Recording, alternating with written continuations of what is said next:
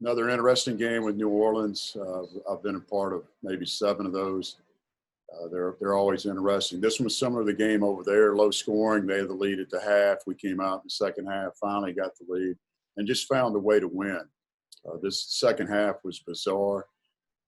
There were a lot of possessions that were crazy, calls that were crazy, and our guys just kept making plays. And I think Devin Butts tied it maybe, and on the three-pointer got fouled. He missed the free throw to put us up. We finally got the lead, and were able to hang on and make enough plays down the stretch. And thought we had a couple of breakaways, and then we wound up turning it over, getting a bad call. I think we had 6 or 7 offensive fouls tonight. This game was officiated like no other game we've had this year. So we've got to adjust to that and be prepared.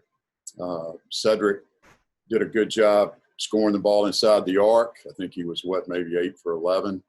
Didn't make a 3. Third game in a row at home. We've only made 1 3 in the second half and still found a way to win. So I challenged Theo at halftime. He responded, came out and almost gave us a triple-double in the second half. Great effort for him. And then Malik made some big plays too. He had his first 3 fouls were all offensive fouls. And our guys were frustrated. I mean, I was frustrated, they were frustrated, but yet we found another way to win and to win another game. Coach, I'm guessing there's going to be a whole lot fewer technical fouls around the country this year, and you seem to get frustrated, but then you kind of just shut it down in terms of beefing with. I mean, was there a time where you just said, okay, it's not going to do any good, just move on, or how did you deal with that? Well, I'm not trying to get one, Kevin, to start with. I mean, it's probably a good thing I wore a mask because I said a couple of expletives tonight that would have earned me one. But it was frustrating. I thought, and then, they come over and say, I probably missed that one. And I mean, I don't need 3 of those a game, maybe 1. And it was just frustrating on both ends. My players were frustrated. Cedric, Malik, Duguay, Theo, Isaiah Richards got a technical late in the game at the free throw line for jawing with their guy. Both were talking, and Isaiah's really upset right now about it. So, but there could be less technicals. I think that could be accurate. I thought Jacoby came in and was fairly productive in just a handful of minutes. Is it a stamina deal? Not maybe him playing more minutes? Is it fitting in? What does he need to do to be able to get more minutes and hopefully continue to be productive? Well, he's got to be able to defend on the defensive end. I think that's the biggest issue right now. We put him in. He hit some shots for us. I called a play for him. He hit it. I called another play. He hit that. Got a good offensive rebound and scored. Missed the free throw. But Jacoby can shoot the basketball. He understands what we want offensively. But those guys are small, quick, and tough. And he was going to have to guard a guy much smaller than him. And I thought the energy Duke gave us the second half was good. But you could see in the future maybe going offense, defense with those 2 guys late in the ball game.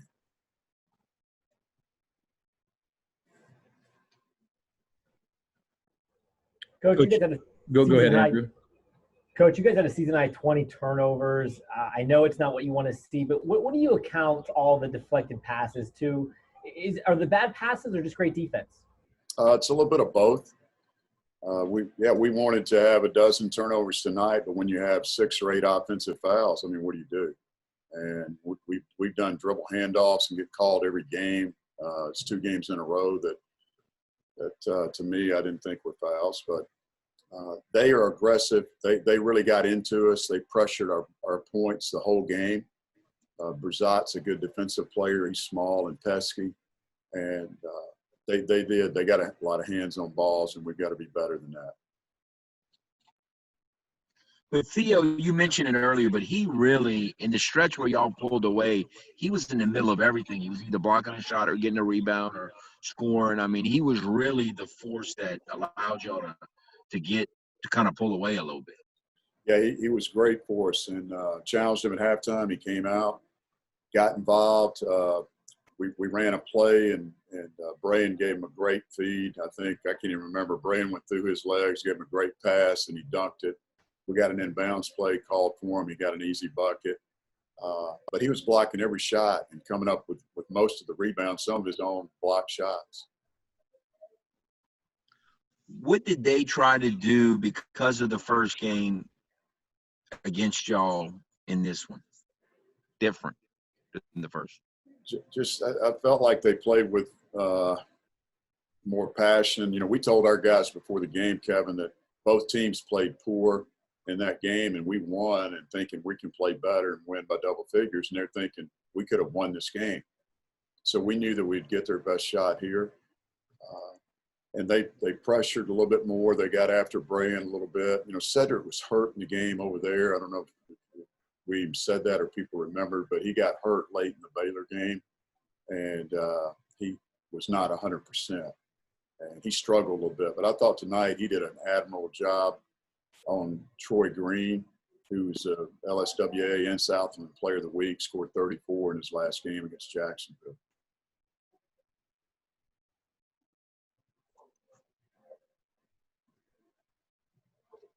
We'll take it. I mean, it wasn't pretty. This team keeps finding ways to win, and we're excited about it. We have added another player, it looks like, as well, hopefully by Thursday, and that should go a long way to helping us practice, giving us another healthy body and a guy that can compete. So at what point, I mean, I guess it's in about 2 weeks or January 1st, but I mean, or do you think this transition of trying to figure everything out and it's going to probably go into conference play? Is that? Yeah, I mean, we're coming back for practice on the 26th. We'll get tested and then try to get into practice as quick as we can. We'll have about 5 days and then we play. So we're close. You know, as I said earlier, the defense is ahead of the offense at this time, and the defense has been carrying us, defense and rebounding, but we've got to clean up the turnovers. And it'll probably go right to a conference, and we'll have to start playing better in January, immediately starting January 1st. Okay. Coach, how's the three-point shooting been in practice so far this season? Been outstanding. You know, I mean, we're all world at 3 in the afternoon, but when we cut the lights on at night, we're not as good. So we've got to do a better job. We put extra time in. Guards have come in and shot. The forwards have come in and shot, and we stroke it in practice. I'm telling you, and it's going to bust loose in one of these games.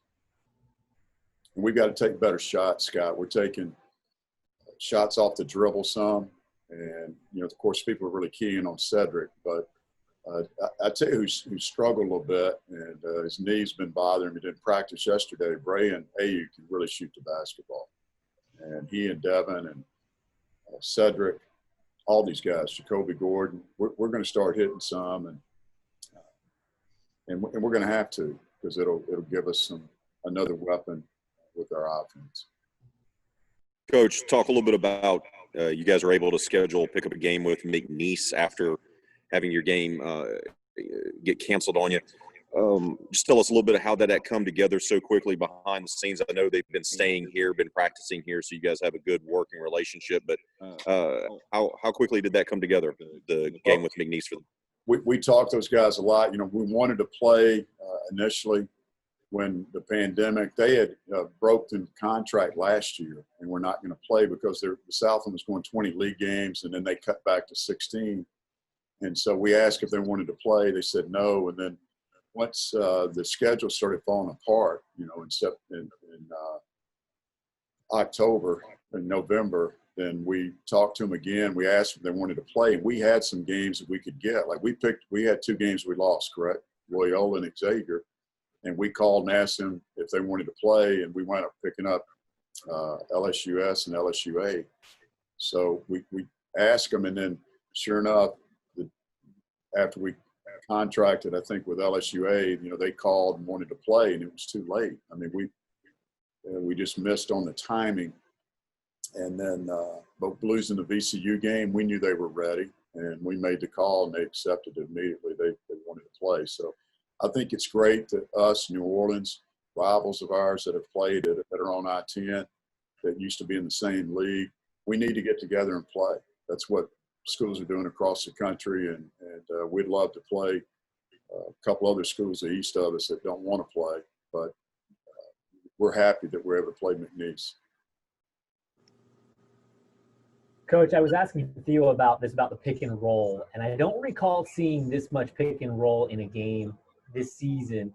Is that something we should expect with Theo being out there setting some screens and making some poster dunks that we just haven't seen since Jakeem Gant? Yeah, he is good. We want to get the ball going downhill some, and Theo's good at getting up high and screening, but he lifts the 5-man. It depends who we want to lift and take away from the goal. So usually we do those with a 4, but we've got more plays that we can mix and go 4 or 5. And tonight we went with Theo some, and I thought it was productive for us.